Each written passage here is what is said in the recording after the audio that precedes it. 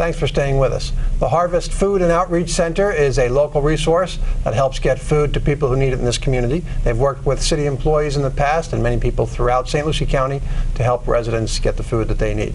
Joining us today to talk about an event coming up for the summer, a summer food drive you're holding, is Deb Pizzimenti. Thanks for joining us today.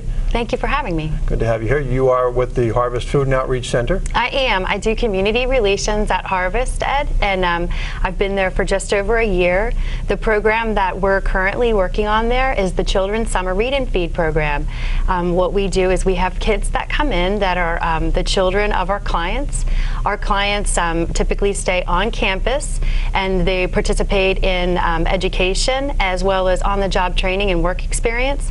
So we're helping them supplement their children's child care throughout the summer while giving them the things that they would have normally gotten from the cafeteria, as well as a little bit of education to help supplement that through the summer as well. Doing this food drive in the summer is, we always think of food drives around Thanksgiving and the holidays, and that's great, but you have the whole rest of the year to have to deal with, and you have to find these resources and get them to the right people. Exactly. So the summertime is a good time to remind people that the food is needed all year long. Yeah. We're real fortunate to have a couple of central location drop-offs in our county. One of them is at our Civic Center here in Port St. Lucie, and the other is at our Sheriff's Department on Midway Road. But we're always looking for civic organizations, churches, clubs, even neighborhoods. My neighborhood's doing a food drive for us. So, at any organization that wants to get involved, we'd be happy to give them the information. And so out of the Civic Center, that's a good place because we have crowds that come through. Thousands of people go to events out there, and that's you got a real enthusiastic crew that works at the Civic Center. So that's a good place to put it. And I guess there's just a continuing need, even though the economy has been bad all this time, it's starting to get a little better. Do you still see a big demand for the food? We do. We do a lot more at Harvest other than emergency food. That's part of what we do there. We do have great organizations throughout the county that provide food for folks, but yeah, we're still seeing a huge influx of folks that are taking our classes. They have to participate in education and on-the-job training in order to receive the food benefit. But yes, we are still seeing quite a few people come through for that. Yeah, and it seems to be a thing that never really fully goes away. I know. And it's great to have your organization in town to address it. It is. So if somebody wants to help out now for this latest drive, what should they do? Well, they can contact me. My telephone number is 772-532-5007, or they can look on our website, which is www.stlucie.harvestfoodoutreach.org. We also have a Facebook page. There are several ways that they can go about reaching us. We do have, again, if you go to the Civic Center, we have a great relationship there with Tanya, who's in charge there, and she's happy to direct folks to us, as well as with Officer Weinberg at the St. Lucie County Sheriff's Office. He'd be happy to direct folks to us as well. Okay, yeah, we call Tanya our ambassador of fun in this city. She's the best. And she makes sure to make a lot of good things happen. Yeah, she's awesome. She's very good.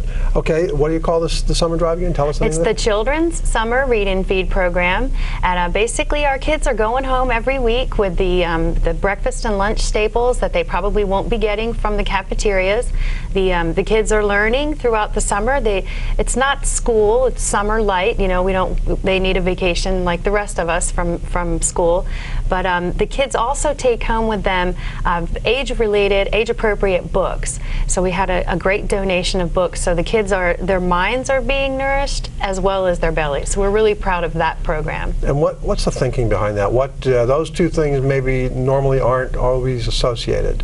You might have people trying to educate and others trying to feed, but here you're connecting the two together. What's the thinking behind that? Well, what we've learned, Ed, is that when they're off for the summer, and if they're not engaged, if their parents are working 2 jobs, nights, days, different hours, what we'd like to do is we'd like to keep the kids at the same level of reading as when they left school. So for instance, my little boy left 1st grade, and I'd like for him to enter 2nd grade reading at the same level that he left. So if we can encourage kids, give them books. Some of these kids have never even owned their own book.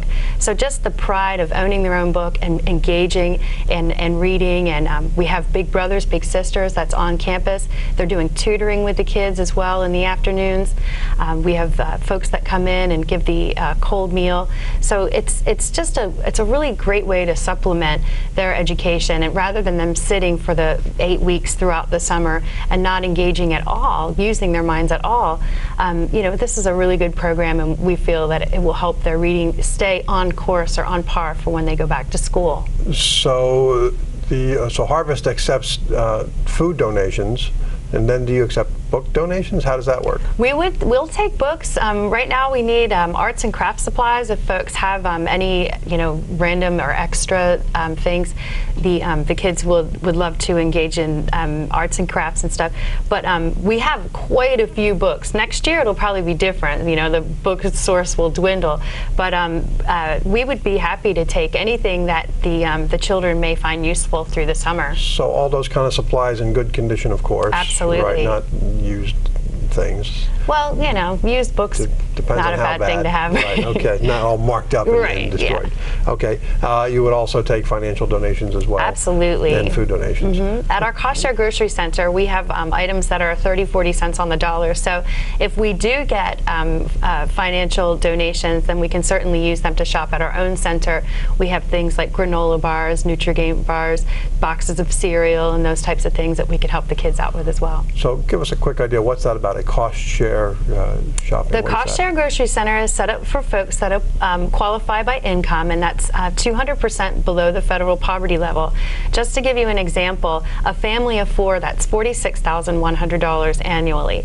So, if you have a family where maybe mom's lost her job or dad's lost his job and it's just one income, I dare say that there are lots of folks families in this county that would probably qualify to shop there.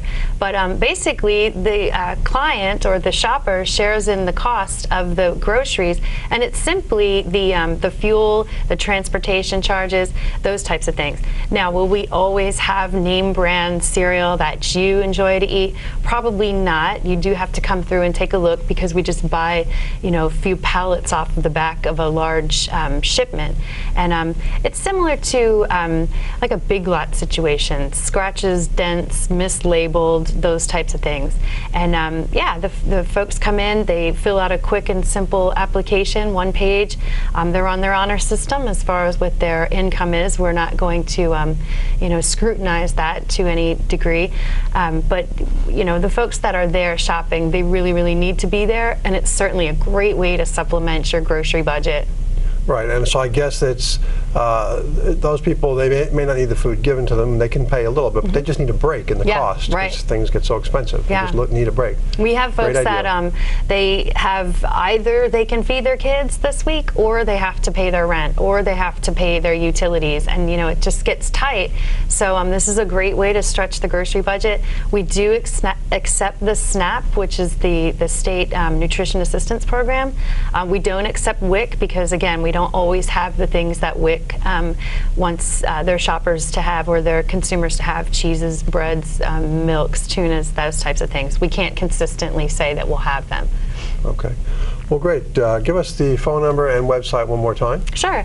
My telephone number is 772-532-5007, and our website is www.stlucie.harvestfoodoutreach.org. Well, great. Deb Pizzimenti with the Harvest Food and Outreach Center. Thanks for taking some time to come talk to us about it today. Thank you. May I say one more thing? Certainly can. Today is my 19-year wedding anniversary, so I just want to give a shout out to my husband. Happy anniversary to both of you. Thank you very much. All right. Appreciate it. Appreciate your time. Okay. And you came in here on your anniversary. I did. That's dedication to the cause. Very Thank good. you. Thank you. And we'll be right back after this quick message.